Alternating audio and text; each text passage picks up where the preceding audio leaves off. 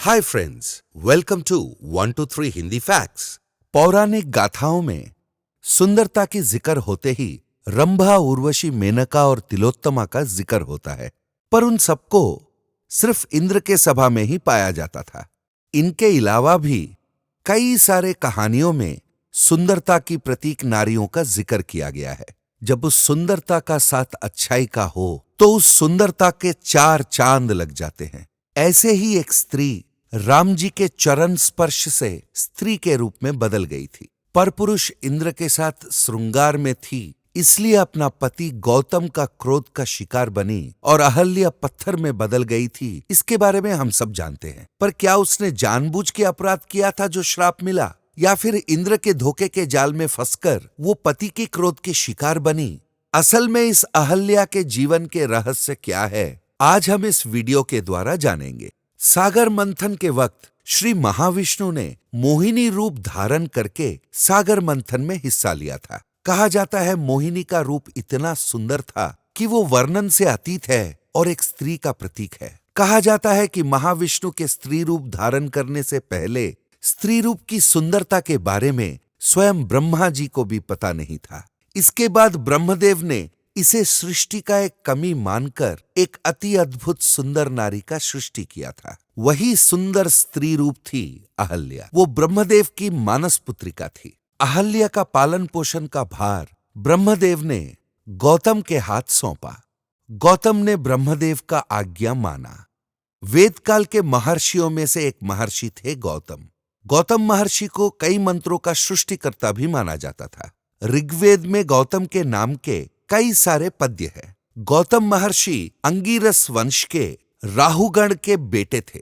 देवी पुराण के अनुसार गोदावरी नदी का नाम गौतम महर्षि के नाम से ही आया है। इतने महान गौतम महर्षि के हाथों अहल्या का पालन पोषण का भार सौंपा था ब्रह्मा जी ने। बिना किसी लाभ का आशा किए अहल्या गौतम महर्षि के यहाँ सेवा करने लगी। जब अहल्या युक्ति वयस तक पहुंची तो उसकी सुंदरता देखकर हर कोई उसे पाना चाहता था, पर इंद्र को अहल्या से और अहल्या को इंद्र से प्यार हो गया। इधर गौतम महर्षि ने अहल्या को ब्रह्मदेव को लौटा दिया ताकि वो किसी अच्छे युवक से अहल्या का शादी करवा सके। अहल्या का वर ढूंढने ब्रह्मदेव ने एक सभा का आयोजन किया। उस सभा में इंद्रदेव सहित कई सारे देव दानव भी आ पहुंचे। तो ब्रह्मदेव ने कहा, जो सबसे पहले भूमि का प्रदक्षिणा कर पाएगा उससे अहल्या का शादी करवाया जाएगा। इसके बाद इंद्र के साथ साथ सारे लोग अपने वाहन पर पृथ्वी का प्रदक्षिणा करने निकल पड़े। सभा में उपस्थित गौतम महर्षि को अहल्या से कोई चाह नहीं थी, पर कामुक भाव से अहल्या को पाने के लिए आए हुए दूसरों को सबक सिखाने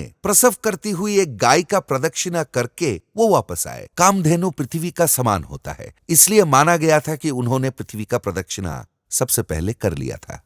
इसके बाद ब्रह्मदेव ने अहल्या और गौतम का शादी करवा दिया और कन्यादान में ब्रह्मगिरी नाम का एक पर्वत उन्होंने गौतम के नाम किया। इसके बाद अहल्या और गौतम का एक पुत्र हुआ जिसका नाम था सतानंद। कुछ साल बाद गौतम महर्षि तपोदीक्षा में लग गए और गौतम के तपोदीक्षा के कारण इंद्र का सिंहासन डगमगाने लगा और इसके बाद इंद्र ने गौतम महर्षि का तपस्या भंग करने का ठान लिया। गौतम जितेंद्र था तो वो काम क्रोध से परे था, इसलिए तपस्या भंग करने के लिए अहल्या का इस्तेमाल करने का ठाना।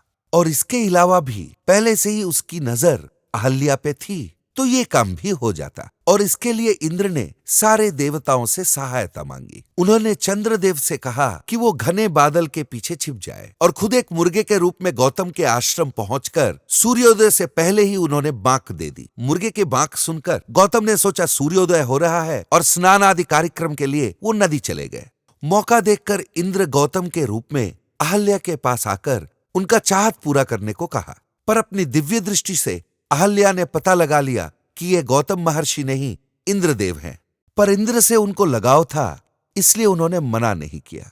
इधर गौतम महर्षि को पता चल गया कि सूर्योदय नहीं हुआ है और वो बीच रास्ते से ही वापस आ गए। अपनी पत्नी को इंद्र के साथ देखकर गौतम महर्षि आग बबूला हो गए और उन्होंने श्राप दिया कि इंद्रदेव के साथ देने वाले चंद्रदेव का शरीर दाग दाग हो जाएगा और अत्यंत रूपवती अहल्या अपने गलती के कारण एक पत्थर में बदल जाएगी। और उन्होंने इंद्र को श्रापित किया, इतनी हिम्मत तुम्हारी कि तुमने किसी और की बीवी पे नजर डाली, इसलिए तुम्हारे अंडकोश गिर जाएंगे और तुमने जिस चीज का आशा किया उसी से तुम्हारा शरीर भर जाएगा। इंद्र का शरीर सहस्र योनियों से भर गया। इसकी जानकारी जब तीनों लोक में हो गई तो शर्म से तार तार इंद्र ने तपस्या किया। शिव जी प्रत्यक्ष हुए तो इंद्र ने अपने समस्या का परिष्कार मांगा। तब शिव जी ने वरदान दिया कि तुम्हारे शरीर पे जो है वो सहस्र नेत्र में बदल जाएंगे और तुम सहस्राक्ष कहलाओगे। इधर गुस्से में आकर अहल्या को श्राप देने के बाद गौतम को समझ में आया कि उसने जानबूझकर नहीं किया था, तो उसने शाप विमोचन का रास्ता बताया कि अहल्या तभी श्राप मुक्त हो जाएगी जब श्री रामचंद्र इस जंगल में आएंगे और उनके चरण पत्थर बनी अहल्या को छुएंगे।